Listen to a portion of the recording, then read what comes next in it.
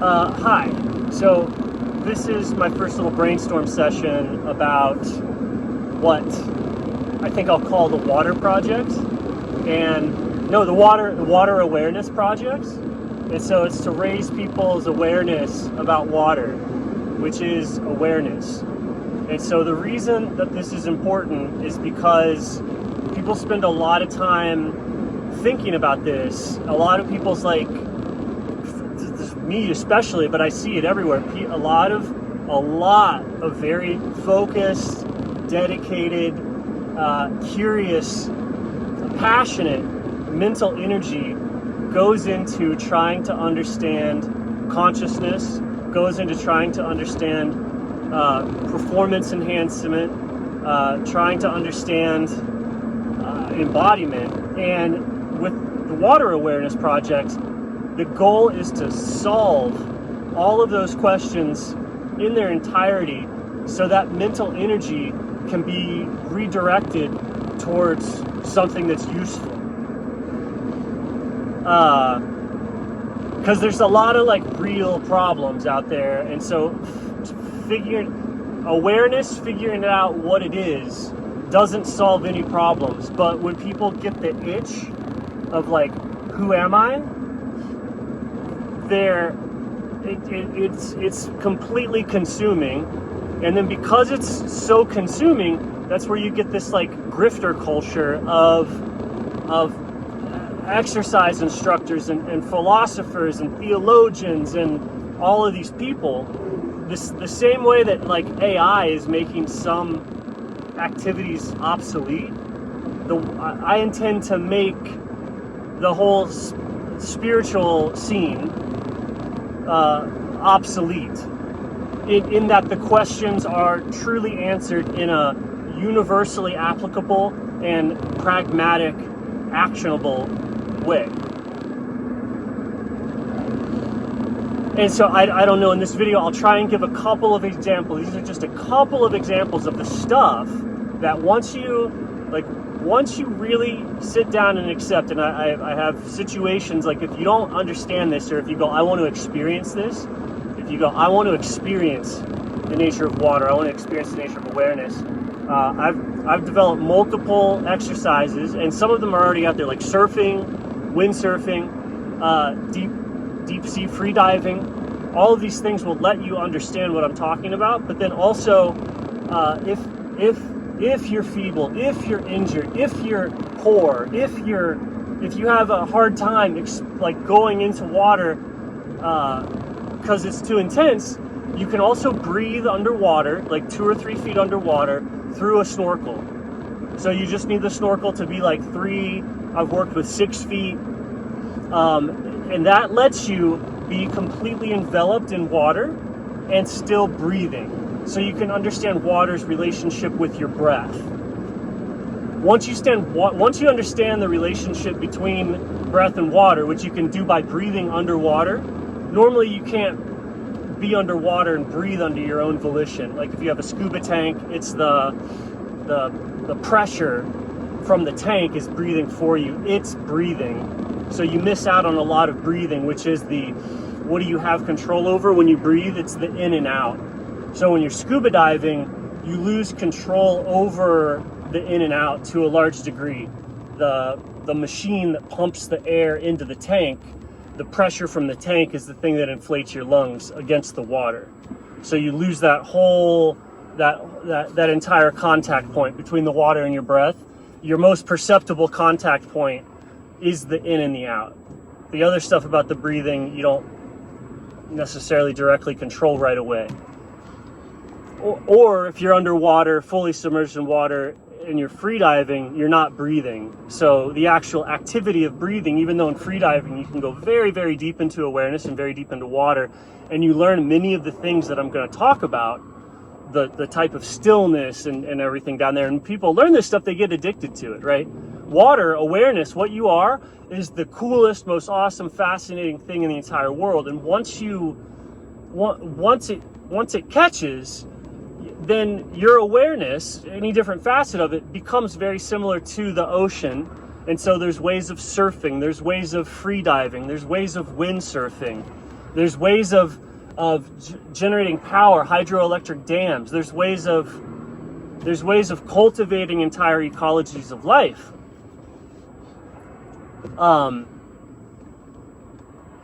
But when you're freediving, you aren't breathing at all, so you lose that whole contact point. And then also when you're scuba diving, you're not breathing, so you lose that whole contact point. All the pressure is taken off of you. So breathing underwater through a snorkel allows the pressure to remain on you, fully enveloped in it. Your head's not out of the water, but fully enveloped in it, a couple feet of pressure. It's tremendous pressure. This is a tremendous amount of proprioceptive feedback. The first time you do this, you cannot breathe more than 2 feet down, 2 or 3 feet down.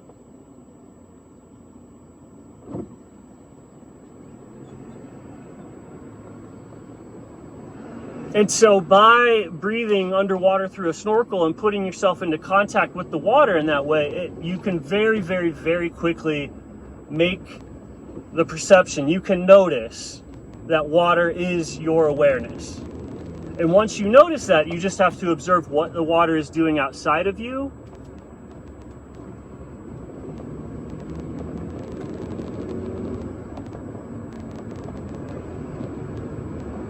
And observe what the water is doing inside of you, which you know a lot from science. Like so here's some of the things that you'll just know. Imagine how many books you had to read or what you had to learn to learn what I'm about to say. So whole branches of esoteric science, research, philosophy, all that stuff, tremendous amount of learning. If you just directly perceive that your awareness is water, you will know all of this. Everything I'm saying is extremely simple, first terms, easily deducible, no research needed, and you can know for sure because you're observing it directly. Or you just know that other people have observed it directly because they've taken photos and they've, So you look at the way the water's moving in the body, that's how your awareness is moving. That's the behavior of awareness. So at your core, your heart, where you're most embodied, where you're most this world, and the awareness is the blood, right? Like when you go into the awareness in the body, deeper than the blood, like into the interstitial fluid, into the cellular fluid, if you put your awareness into your cells, into your individual cells, that awareness is trapped in the material reality. That water is trapped in a cell. If you put your awareness on the heart,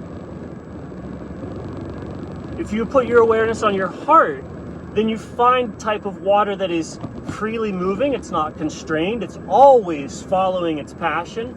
It's always following its desire, right? That's what the blood is doing. The water in the blood is the water associated with the heart.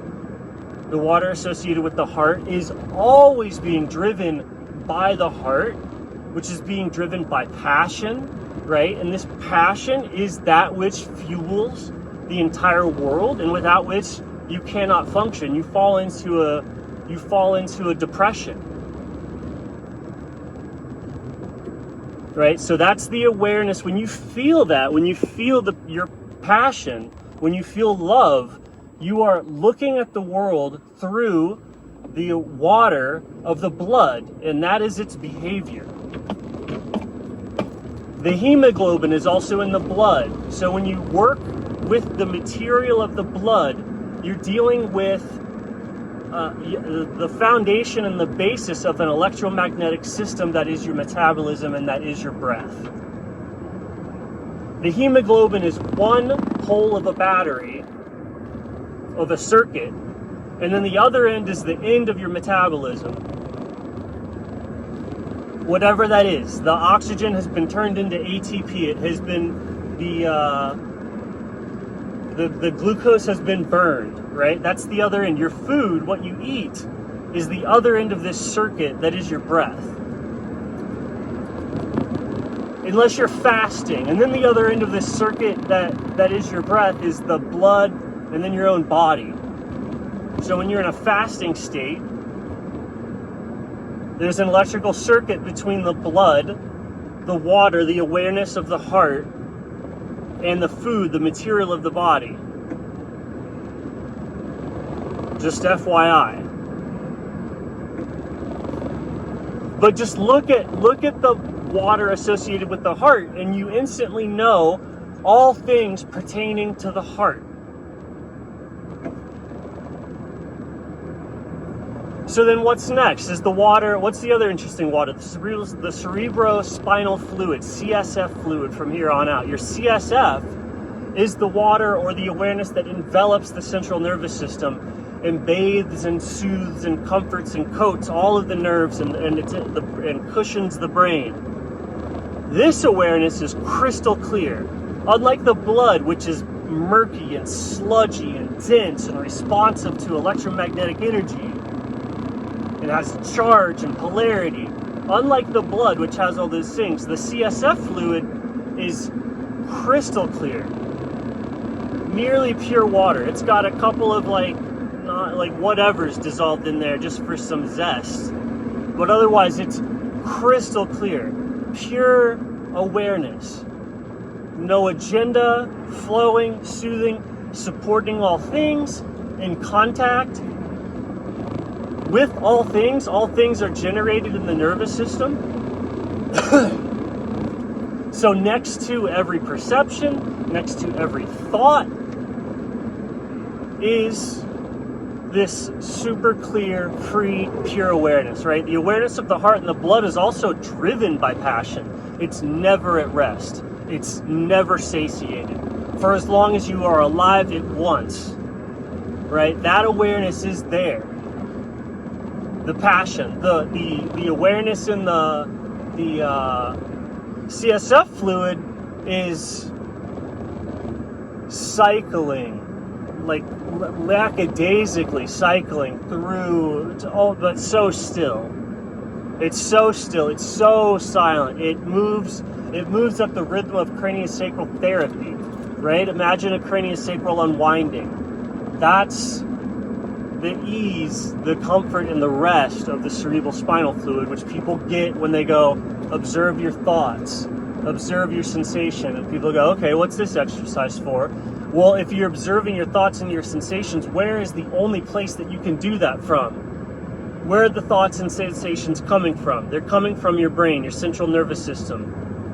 We've figured this out scientifically.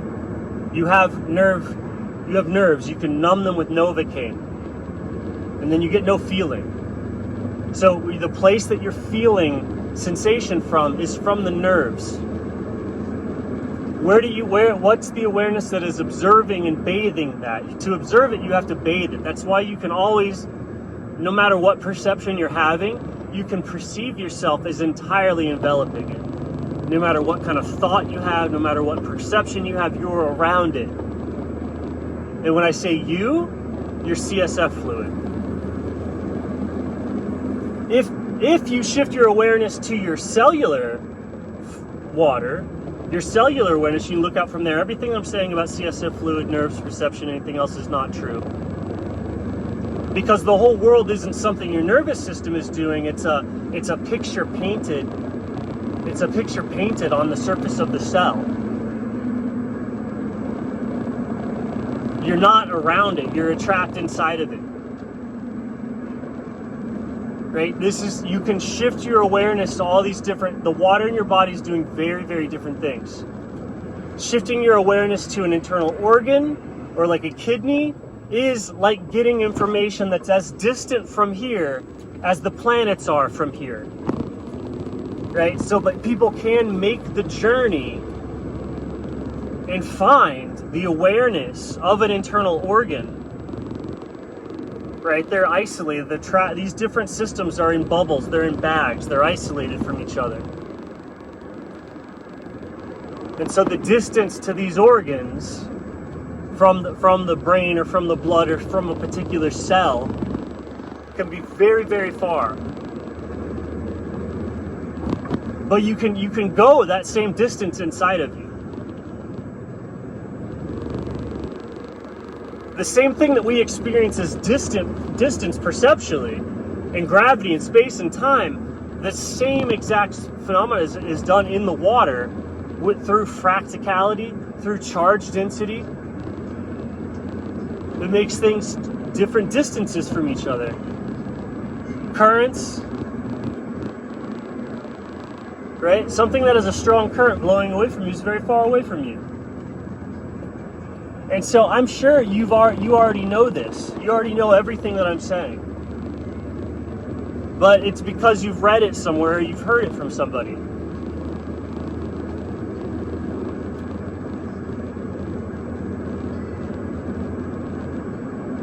If you make the observation that water is awareness, if you raise awareness about awareness, then all of this other stuff becomes instantly true. So all of the exercise tricks that I have on my channel, the little exercise hacks, again, if you just make the perception that your water is awareness, but you have to be honest with yourself. Like, if you haven't made this perception, you've been drinking it, you've been whatever, and you didn't notice this. So you're not just going to notice it for real just because I told you. And this is when people are always talking about it, so they go, you have to experience it yourself. Right? Like, what is enlightenment? Oh, you could learn about it, but to really know, you have to experience it yourself. Everyone says that. You know it. You've heard that. And so the obviousness of what those teachers are pointing to is the obviousness of you drink like, you can have a glass of water.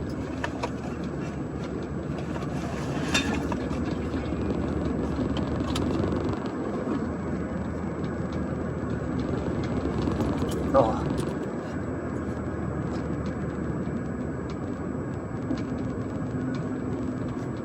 And the apparentness of what it obviously is might not dawn upon you. You might intellectually know that you should be on your knees weeping at what this is and what comes out of this. But you might intellectually know that. Everything I'm saying might make sense to you. But it's closed off. You're stuck on the outside of it. It's just water.